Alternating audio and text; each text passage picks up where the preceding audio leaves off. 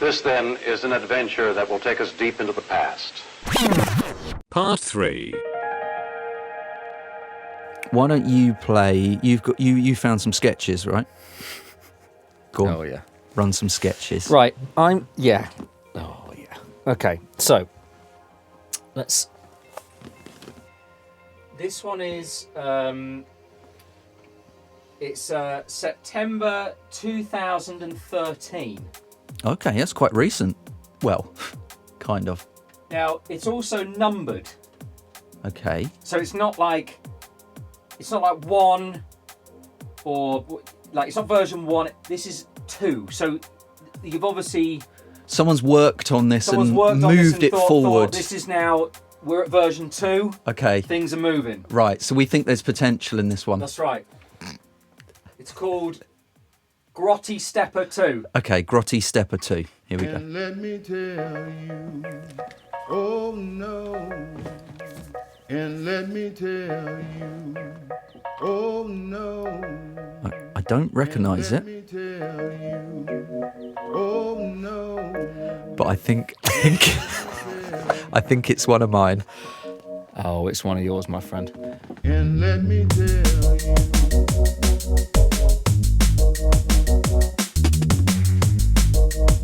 Hey, I didn't hold say. on a hey, minute. Listen, I didn't say it was shit. And let me tell you.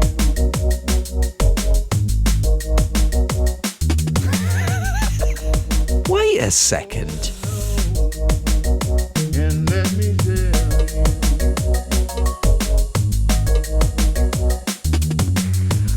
I'm tempted to call for a rewind, but I'm not going to do it. God, that's very self-indulgent, isn't it? That's actually all right. Yeah. See, I've got this is why, I have got no recollection of making that at all. and this is why I also wanted to play it, because why, like, for that to be called Grotty Stepper. Well, do you know what I think? What quite often happened in the past was, I reckon V1 of this was probably the drums and the bass as a kind of Grotty Stepper, Right. that you had done, Right. and you sent it over to me, and I've decorated it with lots of nice plinky plonky stuff. So basically, so you're saying that I called it Grotty Stepper. I'm not one that uses the word grotty that much, whereas you use it plenty. Don't fucking.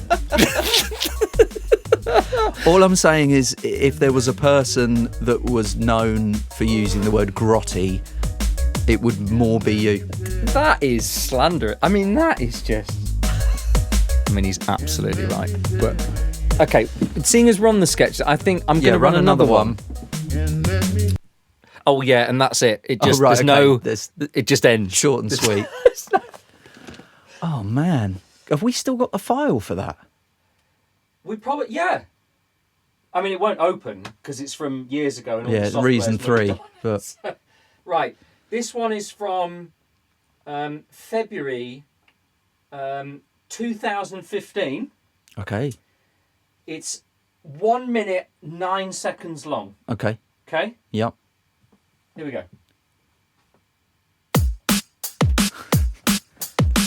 Already drums are strong. Yep. Has this got a name?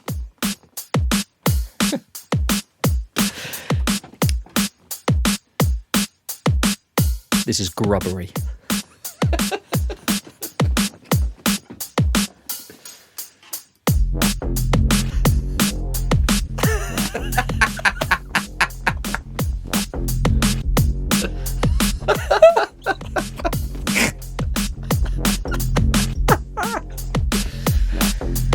So, Grubbery. Wow. Daylight Grubbery. I think what this does probably show is that I think there is quite a strong element of us basically wanting to be Ed Russian Optical, but 100%, not being able to but do being it. completely fucking useless. Yeah. Yeah. Yeah. Wow. It was a treat, wasn't it? Grubbery. Grubbery. And unfortunately, it's only a minute and a bit long, so you don't really get to, get inside it. Yeah. It's done before you've... Like so many things in life, it's just fleeting. It's just fleeting. Just enjoy it while you can, and then move on. I'm going to play one more sketch. Go for it. Okay. Go for it. This one is special. Okay. Okay. Special. I say sketch. It's more of a whole. It's like a universe. You mean it's like a rambling? It's a universe. It's a rambling of a madman. That's what you're trying to say. Okay. Can you say? Is it obvious? Like whose it is?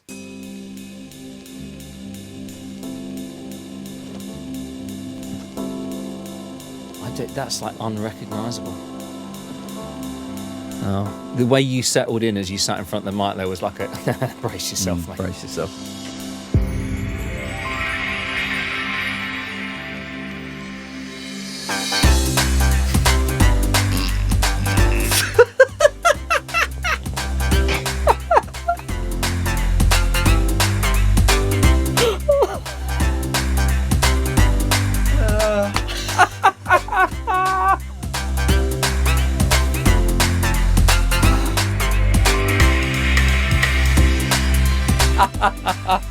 Now, listen to this middle section. The sample work on this. Check the vocal. Levels. Tight drums as well. Yeah. Tight. And me. So, can you remember?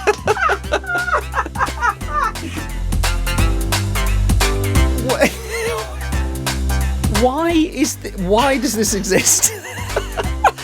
I feel personally offended that you don't know, because I sent it to you on your birthday in about 2014. Was it a special birthday? It was just the sort of thing you do, isn't it? Yeah. Well, it was very thoughtful. Yeah. I can tell it really stuck in the mind. That lead, though. You're thinking of lifting that? I might save that as a patch, yeah. That was beautiful. Yeah. I think we should go from the ridiculous to the sublime. Right. Maybe play a new one from the EP. A new one from the EP? Yeah, play your other one. Yeah? Yeah, switch All it right, up. Let's do that. Oh, that was just... in many ways... Thing. Yeah. To be honest, I'm sorry I forgot that. Because that is very memorable. Yeah, the segue between these two is beautiful. We said there was a connection between our old music and the new stuff for this EP, and I think you'll really be able to hear the kind of influences coming through.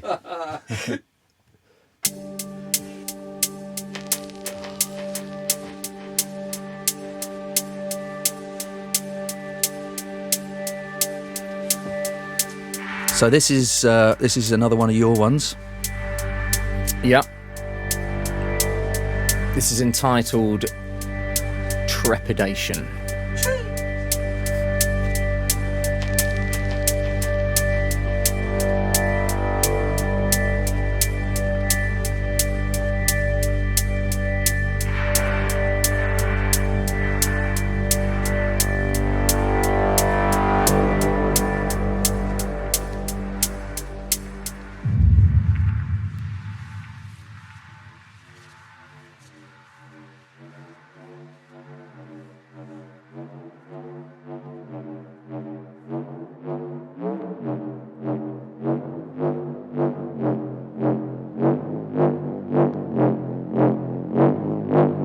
The beat hits, so I'm ready to go.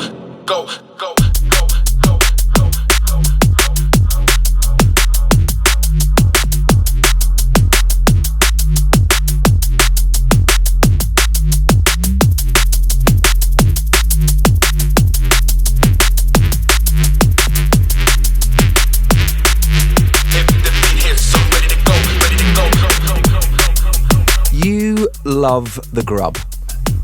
I do. Yeah. Yeah, I do. I think, but you know, around about the time when we were talking about, obviously, you had fallen out of love with drum and bass a little bit, or the scene a little bit, when it was getting very dark. Yeah. I was sort of the opposite. You were right in there. Quite in it. And like all the stuff that was coming out on Ram, on Virus, the Bad Company stuff, I really wanted to make that kind of stuff. Which I should probably just throw a disclaimer out, and I'm by no means putting this in the same camp as all that. But what the point is that it was, I do like that slightly edgier side of the music. The sweaty, dark club. Yeah.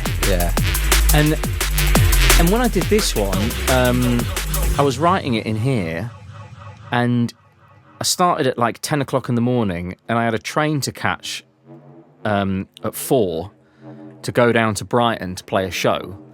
And this idea was one of those that was just, everything was happening. Like I almost, it was writing it, so I couldn't write it fast enough, to the point where I was like, oh my God, this is just, I'm going to end up finishing this.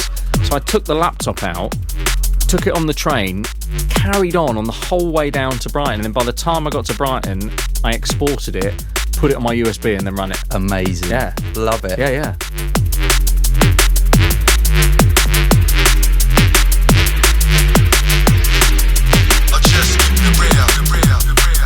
Yeah, this has been very helpful in DJ sets, I have to say. I mean, it is just nice having stuff that other people don't have, isn't it? I mean, that's one of the things in D&B, you know, it's like, I mean, we've never been, you can tell certain DJs, certain producers are all about, like, they will play a set which is, you won't recognise anything. Totally. That is their modus operandi. Yeah. We're kind of, and then you'll hear DJs who'll just play a set of tunes that everyone knows. We're kind of in the middle, aren't we? We like to play stuff that people recognise and throw in some unknown bits as well. And this has definitely been one of those over the past sort of 6 to 7 months. Yeah, very nice. But the main reason that we don't play much unknown stuff is because we just never know if it's going to have any bottom end. Yeah, and no one sends us any tunes.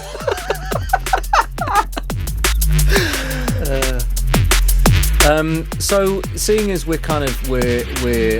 still inside the EP, yes, do you want to play yours? Yes, that kind of rounds off the package. Okay.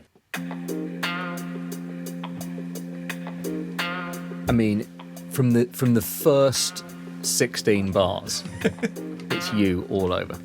Yeah. Do you want to give this a little intro? This is Technicolor. This is called The Counting Tune, which is part of the original Structures EP on Technimatic Music. Jeez.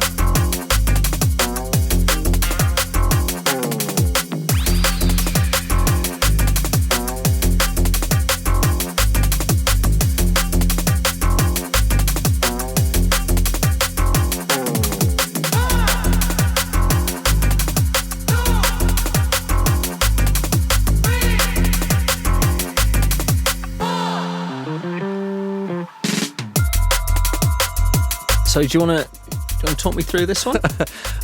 It's quite a recent one. Like, once we had decided we were going to do the EP, I wrote this specifically for it. So I made this about, I don't know, 6 months ago. Okay. Oh, wow. As new as that. Yeah. And I love live bass guitar tunes. Always, I mean, obviously, Brown Paper Bag is the, that's the tune. But like, do you remember, Calyx and TB? Before they were Calyx and TB, Calyx used to record on Moving Shadow around 2001, like through the late 90s, 2001, 2002.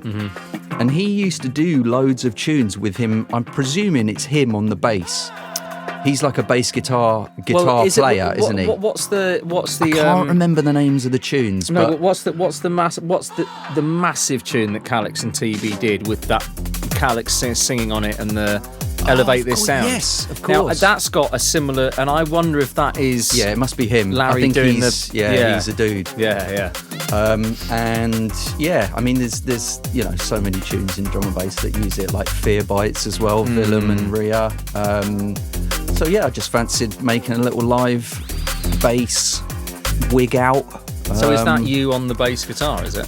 It is me on the bass. Yes. No, it's not. No, that is various composite bass samples strung together in an aesthetically pleasing way. Why was that not on the press release? Well, yeah. Nice. So yeah, just Like a it. little roller. Little bubbler. Yeah. A little bubbler.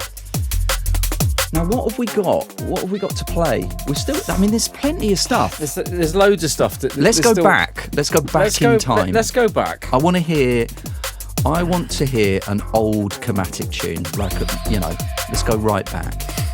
Maybe not as far as Miami Vice, but No, I mean, okay, let's think.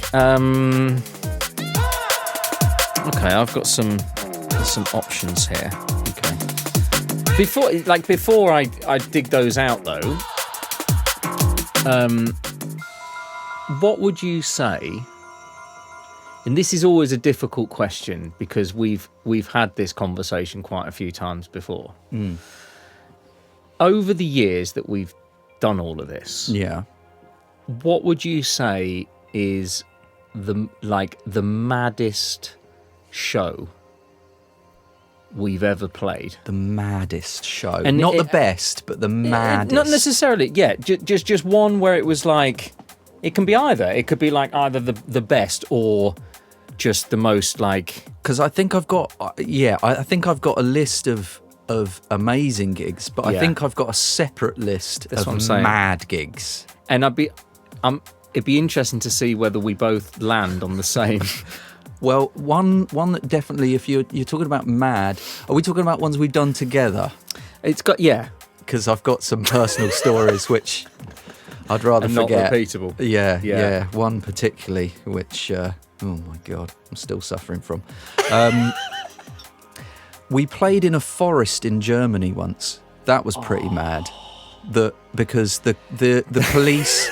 The police shut down the club and the promoter decided he was actually just going to move everything from the club into a forest and then just invite everyone along. Well, and partway through, we got word that the police were sort of skulking around. So all the lights went off, the sound system went off, and everyone had to sort of crouch down in the dark. In trees in the back end of Germany. Yeah.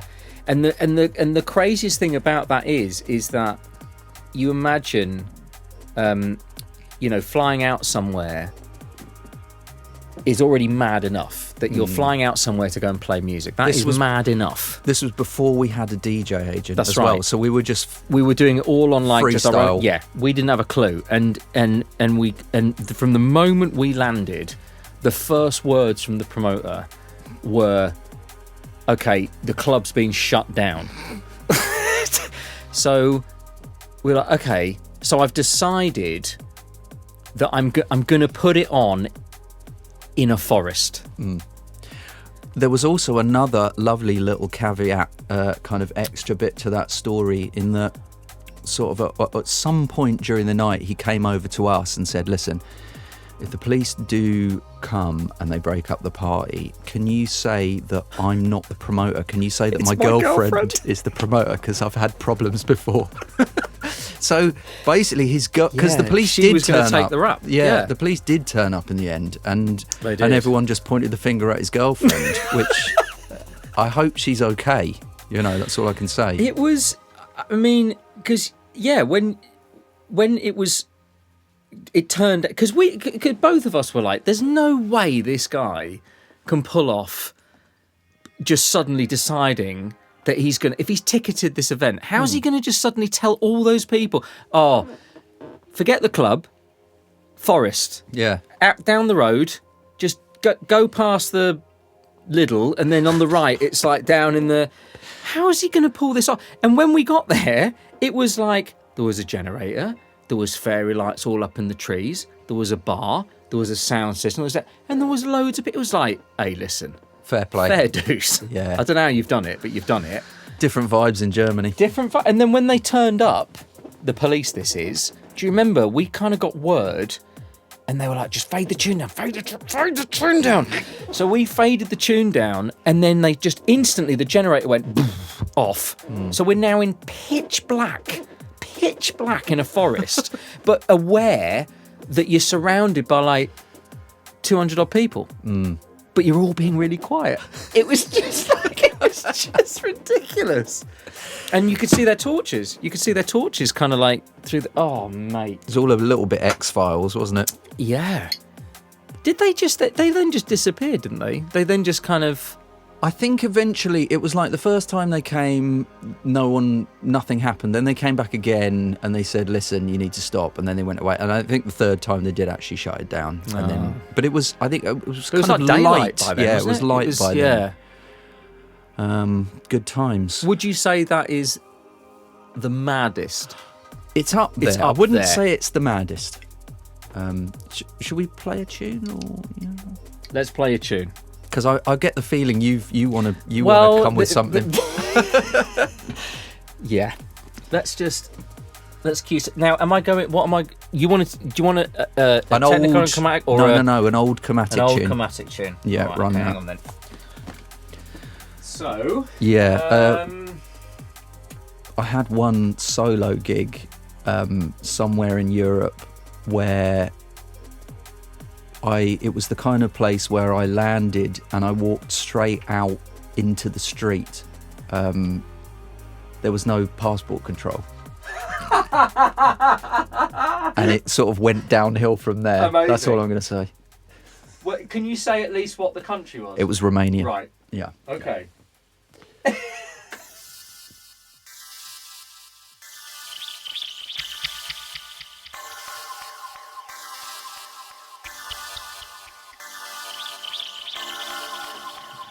Okay, yep. I recognise this one.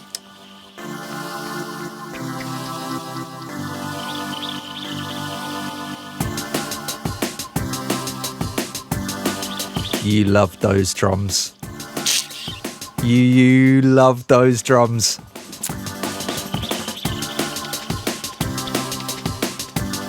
I mean, I'd probably rip them straight out again if I could, you know.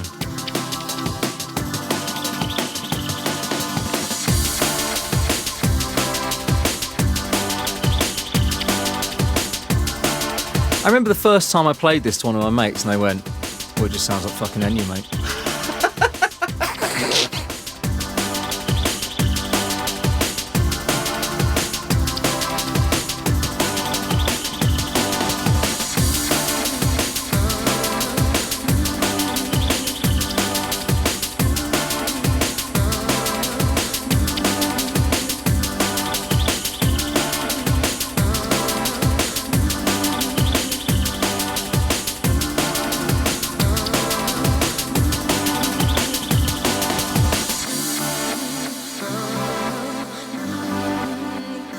So this is called Viscous, which a lot of people got confused and called it vicious. Yeah.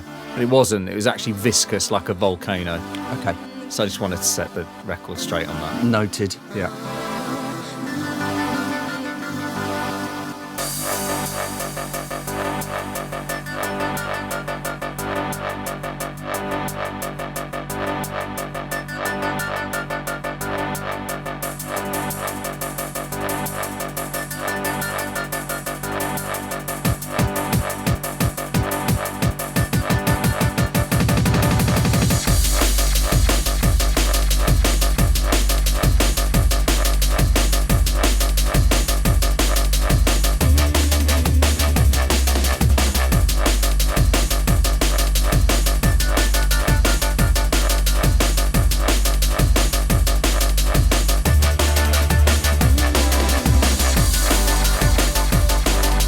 That goes off. Thank you. Spearhead, right? Yep. What Yeah. year was this? 2000. Let me consult the hard drive. So, 4th of October, 2007. Okay. And So yeah, this- this came out on Spearhead. This came out on Spearhead when, like, digital releases were becoming a thing. Right. It's kind of mad to think that, isn't it? Yeah. That it was like a new thing. Oh, totally. And I remember when I sent it to Steve, BC, and he was like, I think I'll just put it out as a digital release. I was really like, oh, do you not really just cut it to vinyl? You know, so, but yeah, it was a digital release, and it made my week because it was number 1 on Track It Down for 12 hours. And, you know, people wonder why Andy has such an amazing studio with all these keyboards and speakers and everything. It's purely from the royalties of this track. That's yeah. It changed your life. Oh, game changer. So the mad gigs. Oh, yeah, go on. Let's get back into that. So we got booked to play a double header. A show on the Friday night, a show on the Saturday night. The Friday night show just so happened to be the day after the Drum and Bass Awards at Clapham Grand. I remember it well. The Friday night show was in Romania.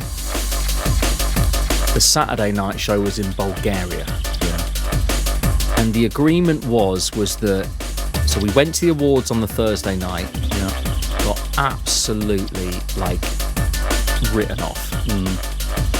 Then got back to my house and fired the studio up, which I'm sure my neighbours at the time absolutely loved, and started making tunes that we were going to take out to the show.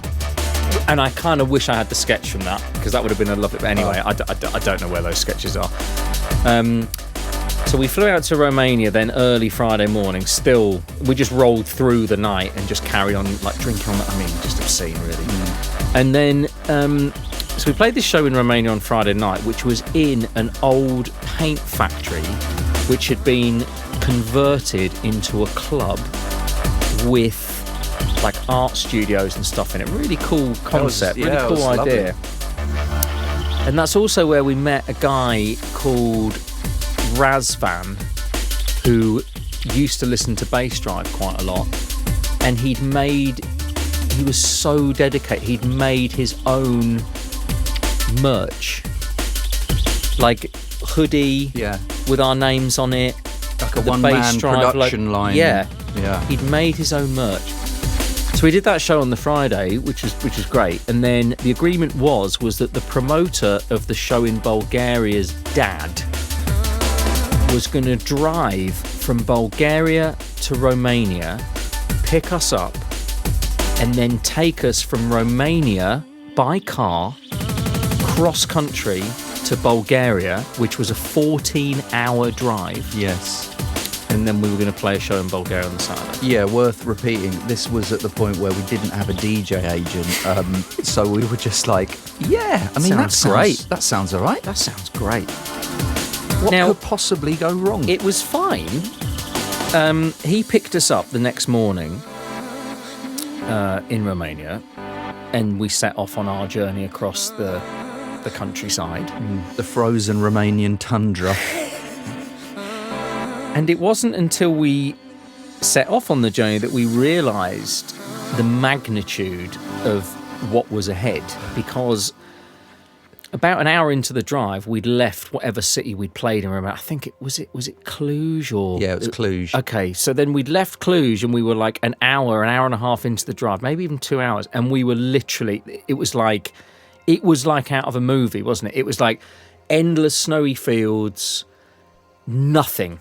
Yeah. Single track road, nothing. No phone signal, nobody. No cars going past the other way, just desolate. And this guy, the dad of the promoter in Bulgaria, spoke no English, nothing, not even like he didn't speak a word, nothing. We've just trusted this guy to take us. Anyway, so then we're driving along and there's blue lights behind the car. Stopped by the police. So we get pulled over and I'm looking at you and I'm like, if something happens here, I don't know about you, I haven't got a phone signal. And you're like, I haven't got a phone signal either. No.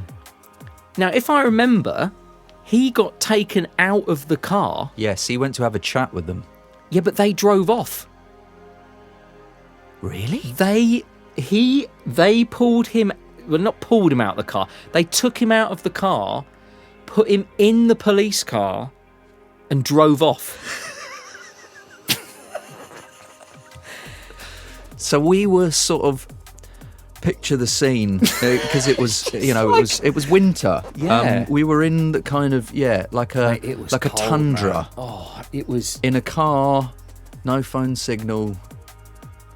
I mean, because it was like no one knows we're here. yeah. Nobody knows we're here, and even if they did know, where are we? We have no idea. So he comes back like a few minutes later in this police car, gets in. And we just drive off. mutters like this very angry kind of speech about, well, we didn't know because obviously we don't speak Bulgarian, and then we drove off. And then when we got to the show that night, we started DJing and a guy got on the stage who was absolutely wasted, like ridiculously pissed, collapsed over the DJ table and took the table off the stage. Yes. He sort of like sprayed out like a starfish across the decks, took the decks onto, and we were all holding on to like the table legs to try and keep the fucking decks on the... And he was there at the club, wasn't he? His His the dad was there. promoter's His dad was at the there. club. So he'd driven a total of 28 hours, like 14 hours on the Friday night to come and get us, Yeah. 14 hours back, and was there with his boys in the corner With his squad. having a whiskey. Love it. And we called him the Machine. The Machine. Didn't we? Yeah. Oh, yeah, that was pretty mad. Yeah. I remember also when we got there, when we got into the club in Bulgaria, there was a warm-up DJ and he was absolutely just like train wrecking every mix. That's right. And we were getting all like ego kind of bigging up ourselves like, we're gonna go and we're gonna smash this up. We'll show this guy. He's setting this up perfectly. And then we got up to the decks and they were these really strange Eastern European CDJs that we'd never seen before. They weren't any brand, were they? No. And they just didn't make sense. They didn't make sense. And it's like if you wanted to speed something up, you had to sort of think about speeding it up in the future. Do you know what I mean? There was like a lag. There was a lag. That's right. Yeah. So we kind of train wrecked our way through our set as well. So to be fair, the guy that pitched over the table probably did us a favour. Yeah. Right. Yeah, that's pretty mad. Tune. You played a Spearhead tune. Well, I played one of mine, so I think now it's only fair that we play one of yours. I'll play a Spearhead tune as well. Okay, nice. Yeah, great. So was this also a digital-only release? No, this was a record. Oh, I see. Right, okay. Yeah. This is probably, I don't know, it's hard to say, but probably my most well-known single tune. I guess. Right, okay. Don't recognise it, mate.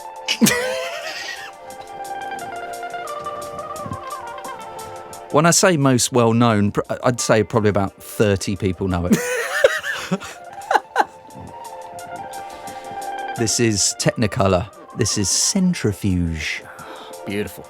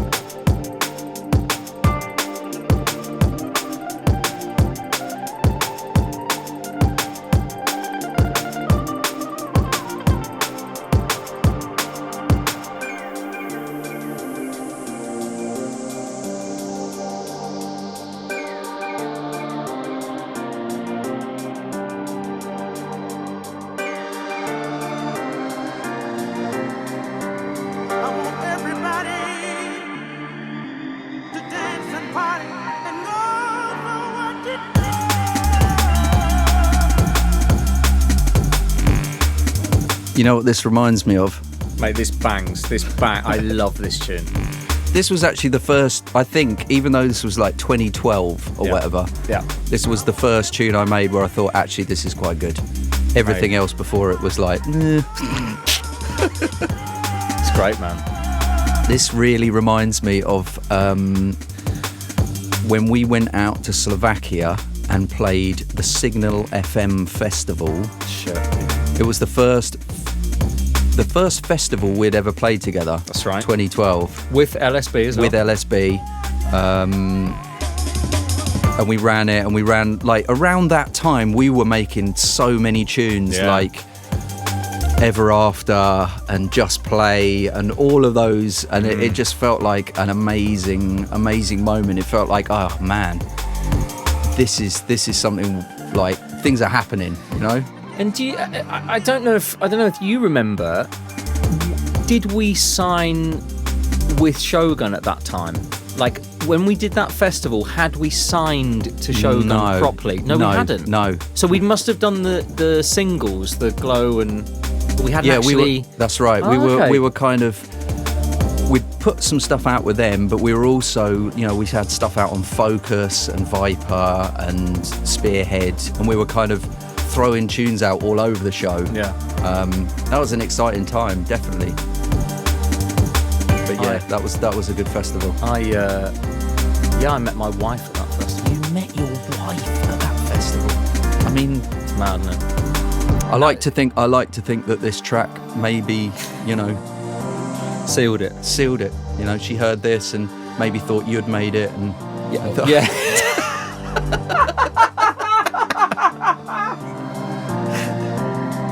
I want to get into the She's mind. been- I want to get she's- into the mind of whoever this is. She's been disappointed ever since. Yeah, I mean, that... Yeah, what a mad time. Because I think that was around...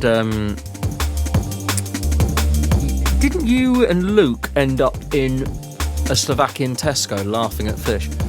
Yes. Yeah. I didn't even know Tesco were a thing over in Slovakia, but yeah, there was a massive Tesco, and they had you could buy fish in there, Right. live fish. But why were you in Tesco after the show? I can't remember. Because that must have been like, mate. Do you know what? Maybe you were trying to get cigarettes.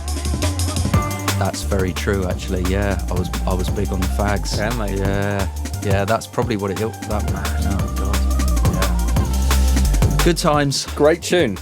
Yeah. Miss the So fags. God, I love fags. So this came out on Spearhead. What was the other tune with it? The other tune was Winter Rose. Oh, yeah. On the flip side, yeah. A little kind of jazzy number. And this was, again, like, just you were running these on bass drive, just hard. And do you also remember I made that VIP of it? And we played at the Roxy in Prague, and I hadn't told you about it. And I ran it, and then you literally, when the tune was over, you stole the CDR. You're like, no, I'm having that. Well, the funny thing is that I actually... See, this is amazing. You've actually still got your CD wallet. This is my CD wallet. Now, Listeners, I can't, he is unzipping a CD wallet I can't right now. guarantee that it's in here. But there's like... Oh, man, that is a time Yes, there's capsule. Like, look at that. So there's like Caliber, Cully Bridge on CD. And this was at the point where I was just burning CDs, single tracks on a CD. Yeah, I used to do that.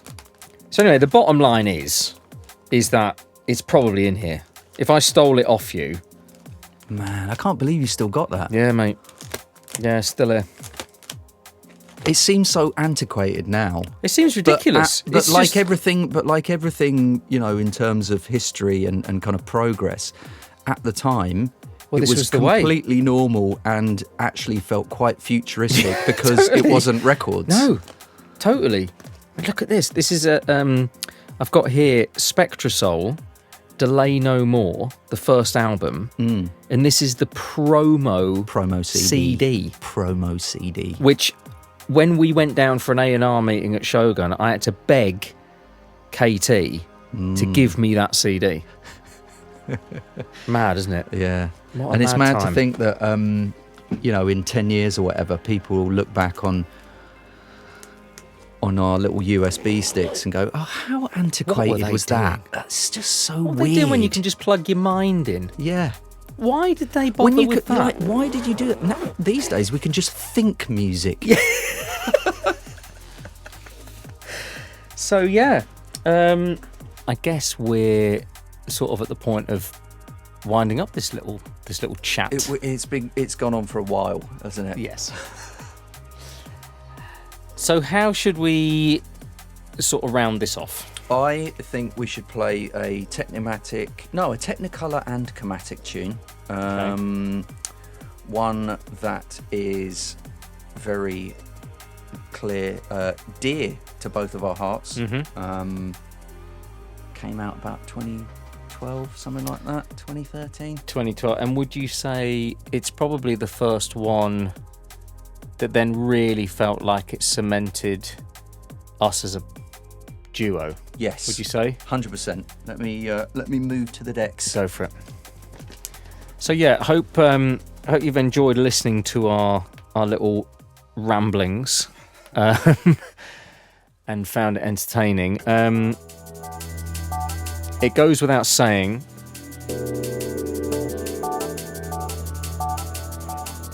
well, actually, no, it does go with saying, thank you as always to all of you out there who listen to our music, support it, come to see us at shows, book us for shows. We're still kind of on this absolutely bonkers journey with it all, and it's all of you guys that kind of make it possible, and we're extremely grateful for it. 100%. It's Pete and Andy. We're signing off. Peace.